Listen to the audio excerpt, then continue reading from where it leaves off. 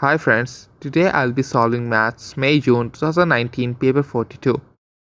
Question 7a states, show that each interior angle of a regular pentagon is 108 degrees.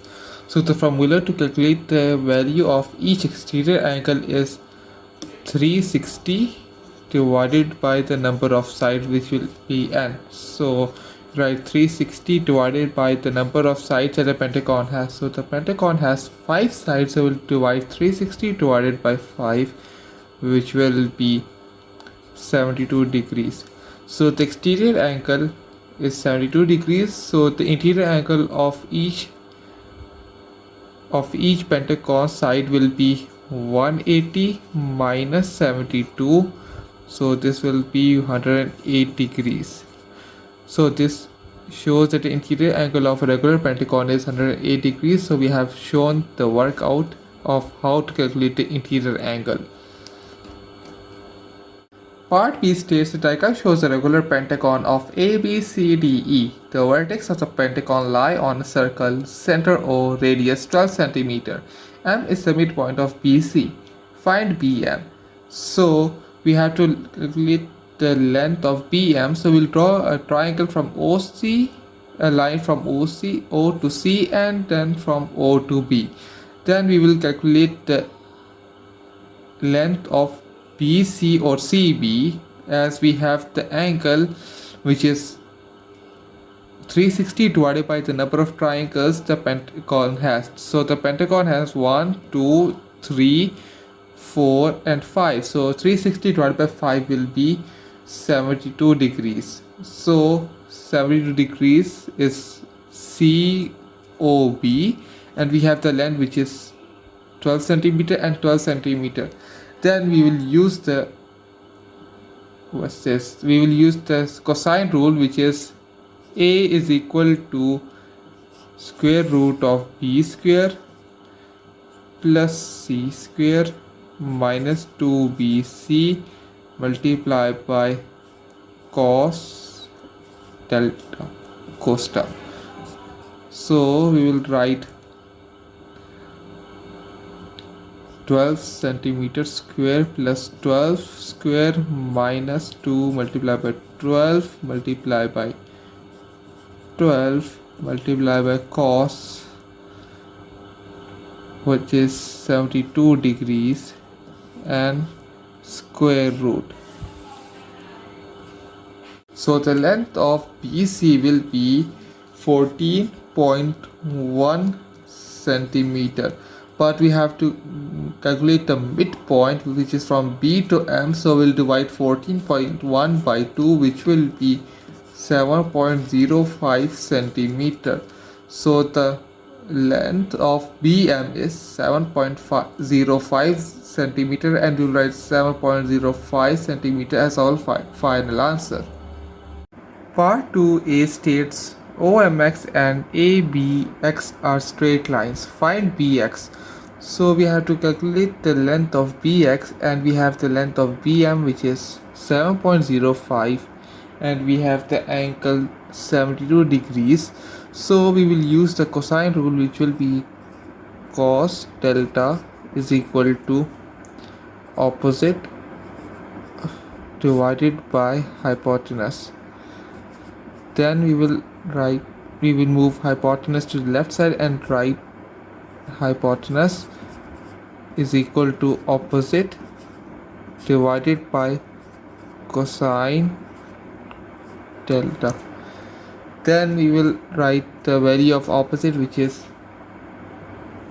7.05 centimeters divided by cosine costa, and we will write 7.05 divided by cosine, which is 72 degrees, and the value of Vx is 22.8 centimeter. So the value of length of Bx is 22.8 centimeter.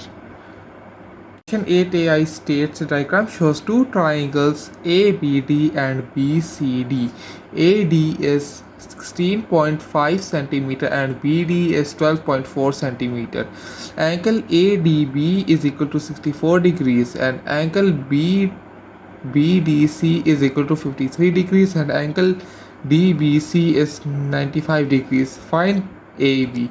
So we have to find the length AB, and we have the length of AD and DB and the angle of ADB.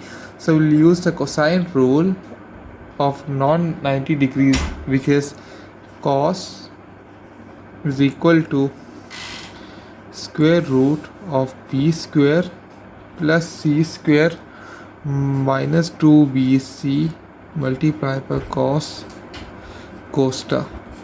So we will implement the values into b, c and cosine costa. So the value of b will be 16.5 centimeter, 16.5 square plus c square, which will be 12.4 centimeter, minus 2 multiplied by 16.5 multiplied by 12.4 multiplied by cos, which is 64 degrees. So when we calculate this value, this formula into calculator, this will be 15.70 centimeter, and we have to round this off in 3 significant figures, so we'll write it as 15.7 centimeter, and we will write 15.7 as the length of AB in our final answer. Question 8 part 2 states find BC. So first we will calculate the angle which is BCD by subtracting 95 and 53 from 180, which will be 32 degrees, and we will write 32 over here. Then we will use the sine rule, which is A divided by sine A is equal to B divided by sine of B. Then we will put these values into the formula and write A as 12.4 centimeter divided by sine of 32 degrees, because to the opposite of 12.4 centimeter will be 32 degrees, so we'll write sine 32. Then on the other side we will write x, because we have to calculate the length of BC, and then divided by the sine of 53 degrees. This will be x is equal to 12.4 multiplied by sine 53 divided by sine 32, and the value of BC will be 18.7 centimeter, because we rounded the value, which is 18.68 into 18.7, because we need the value in 3 significant figures, so we will write 18.7 as the final answer for BC. Question B1 states calculate the value of y. The diagram shows a sector of a circle of radius 3.8 centimeter. The arc length is 7.7 centimeter. So the formula to calculate the value of arc is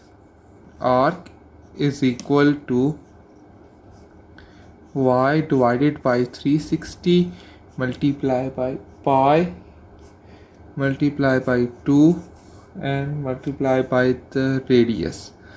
So the length of arc is 7.7 centimeter is equal to y divided by 360 multiply by pi multiply by 2 multiply by 3.8 centimeter. Then we will move 360 to the left side by writing 7.7 multiplied by 360 is equal to y multiplied by pi multiplied by 2 multiplied by 3.8. So then you will write y is equal to 7.7 multiplied by 360 divided by pi multiplied by 2 multiplied by 3.8. So the value of y is 116.1 degrees. So the value of y is 116.1 degrees, and we will write 116.1 degree as our final answer. Part-2 states calculate the area of the sector. So the formula to calculate the area of a circle is A is equal to pi r squared. But in this case we have the sector, so we'll use the formula A is equal to y divided by 360 multiplied by pi r squared. So the value of y is 116 degrees, 116.1 degree divided by 360 multiply by pi multiply by the radius, which is 3.8 squared. So this will be A is equal to 14.6 centimeter square. So the area of the sector is 14.6 centimeter square, and we will write this as our final answer. Question 9 states 100 students were each asked how much money $1,000,000 they spent in one week. The frequency table shows the results. Calculate the estimate of the mean. So we will use the middle value of the range, which is 0 to 5, and the middle value is 2.5 multiplied by the frequency, which is 16. Then we will add this with the next middle number, which is between 5 and 10, which is 7.5 centimeter multiplied by 38, and then we will do it the same with the next amount, which is between 10 and 20, which will be 15 multiplied by 30, and then between 20 and 30 will be 25 multiplied by the frequency, which is 9, and the last one, which is 40 multiplied by 7. Then we will divide this whole addition number with the number of students who were participated in this competition, which is 100 students, and then the mean value is 12.8, and we will write $12.8 as the final answer. Part B states complete a cumulative frequency table below. So in cumulative frequency we add the first frequency and the second frequency to get the cumulative frequency of the second. So in second we will add 16 plus 38, which will be 54.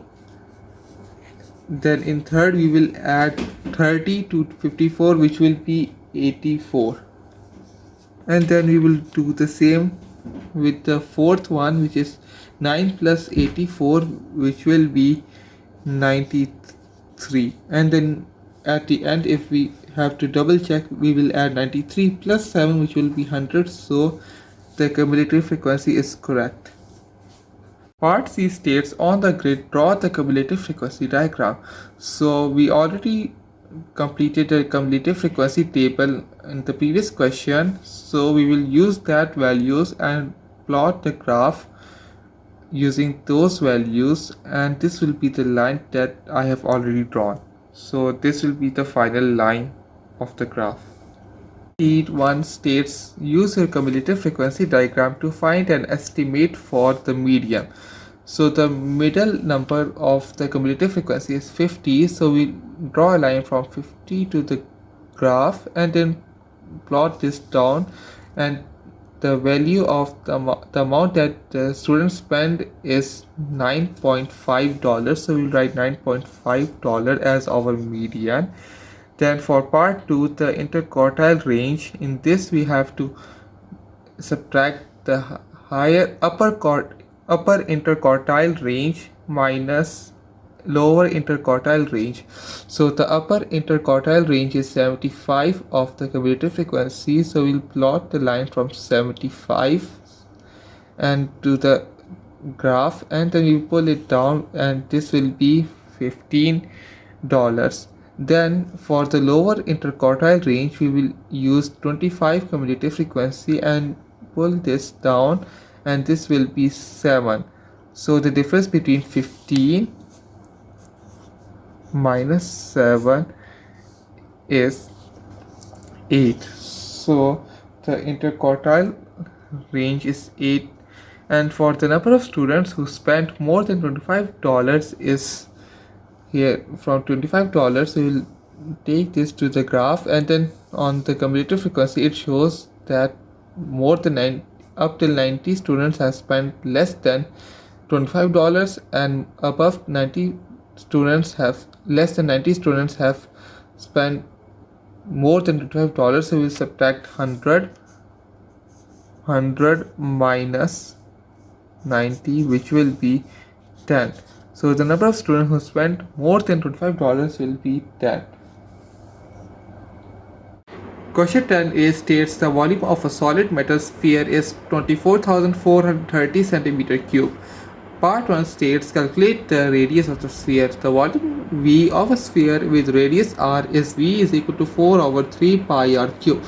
So the formula is to calculate the volume of the sphere is 4 divided by 3 pi r cube. So we'll first move 4 over 3 to the left side by writing 3 over 4 multiplied by V is equal to pi r cube. Then we will take pi to the left side by writing r cube is equal to 3v divided by 4 divided by pi, which will be 3v divided by 4 pi r cube. Then we will move cube to the cube of r to the 3v divided by 4 pi, which will be r is equal to cube root of 3v divided by 4 pi. Then we will put in the values by writing 3 multiplied by 24,430 divided by 4 multiplied by pi. So the value of the radius of the sphere is 18 centimeter. So the final value of the radius of the sphere is 18 centimeter, and we write 18 as our final answer. Part 2 states a metal sphere is placed in an empty tank. The tank is a cylinder with a radius 50 centimeters standing on its circular base. Water is poured into the tank to a depth of 60 centimeters. Calculate the number of liters of water needed. So first we will calculate the volume of the tank, which is by using the formula V is equal to pi r squared h. So write pi multiplied by radius, which is 50 centimeter, 50 squared multiplied by the height, which is 60, and the volume of the tank is 150,000 pi.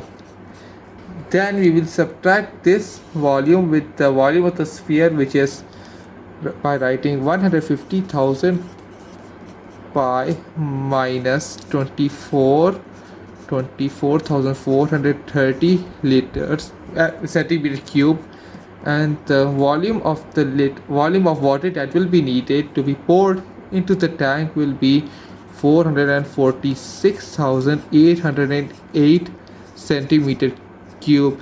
So we will convert this value into liters, which will be 446,808 ml, which will be 446.8 liters. But we have to write the final answer in 3 significant figures, so we'll write it as 447 liters, and the final answer will be 447 liters of water will be needed to fill the tank when the metal sphere is placed in the tank. Part B states a different tank is a cuboid measuring 1.8 meters by 1.5 meters by 1.2 meter. Water flows from a pipe into this empty tank at a rate of 200 centimeter cube per second. Find the time it takes to fill the tank. Give your answer in hours and minutes. So first we will calculate the volume of the cuboid. So in this we have to convert these values of meters into centimeters because the rate of the water flow is 200 centimeter cubes. So we will calculate the volume of the cuboid, which is V is equal to L times W times H. So this will be 180 because we multiplied 1.8 meters by 100 to convert this into centimeters. So 180 multiplied by 150 multiplied by 120. This will be 3,240,000 centimeter cube. Then we will divide this by the rate of water flow to calculate the time it takes to fill up the tank. So we'll divide 3.24 million centimeter cube by 200, which will be 16,200 seconds. Then we will convert 16,200 seconds into minutes by dividing 16,200 divided by 60, which will be 270 minutes. Then again we will divide this by 60 to calculate the number of hours it takes to fill up the tank, which will be 4.5 hours. So the time it takes to fill the tank will be 4 hours and 30 minutes. Part C states the diagram shows two mathematically similar shapes with areas 295 cm square and 159.5 cm square. The width of the larger shape is 17 cm. So we will take the larger shape as A and smaller shape as B. Then we will calculate the width of the smaller shape by using the formula, which is width of B square divided by width of A square is equal to area of B divided by area of A. Then we will write, as we don't have the width of B, so we'll mark it as x square divided by 17. 17 square is equal to 159.5 square divided by 295. Then you write x square is equal to 159.5 multiplied by 17 square divided by 295, which will be by square root, which will be 12.5 centimeters. So the width of the smaller shape will be 12.5 centimeter. 11A states a sequence of diagrams above is made up of small lines and dots. Complete the table. So in number of small lines, the first diagram has 4, second has 10, third has 18 and fourth has 28. In this, the correlation, the difference between each diagram is 6, 8, 10. Then this means that it's even numbered. So in this we added 6, in second we added 8, in third we added 10, so in fourth we will add 12, and in fifth we will add 14. So in diagram 5 there will be 28 plus 12 will be 40 number of small lines, and in diagram 6 there will be 40 plus 14, which will be 54 number of small lines. Whereas in number of dots, the first diagram has 4, second has 8, third has 13, fourth has 19. So the difference between first and second is 4, between second and third is 5, whereas in third and fourth we have 6. So this means it's a continuous number in in order, which is 4, 5, 6, then here it will be 7 and here it will be 8. So in diagram 5 there will be 19 plus 7, which will be 26 number of dots, whereas in diagram 6 there will be 26 plus 8, which will be 34 number of dots. So this is how we will calculate the values for diagram 5 and diagram 6. Question 11b states for diagram and find an expression in terms of n for the number of small lines. So we have to find an expression for the number of small lines. So for the difference between diagram 1 and diagram 2 is 6, so we will divide 6 by 2, which will be 3, and we will write 3, and because we have to multiply 3 by the first term, which is 1, which will be 3, then we have to add another n because we have to find the answer should be 4. So when we multiply 3 by 1, which is 3 plus n, which is 1, then it will be 4. So this is correct for the first term. For the second term, when we multiply 2 by 3, which will be 6, then we add 6 by 2, which will be 8, so this means that it is wrong because it isn't equal to 10. So we write n squared. So when we multiply 2 square, which will be 4, plus 3 multiply by 2, which will be 6 plus 4, so this will be 10. And we will do the same with the third diagram to double check. So 3 squared is 9 plus 3 3s are 9, which is 18. So this is correct. So the diagram n for the expression in terms of n for the number of small lines will be n squared plus 3n. So n squared plus 3n will be our final answer.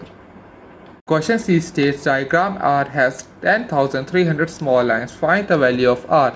So we have already calculated the equation of nth term by writing n squared plus 3n. So for example, if we use 10 as our nth term, so we write 10 squared plus 3 by 10, which will be 130.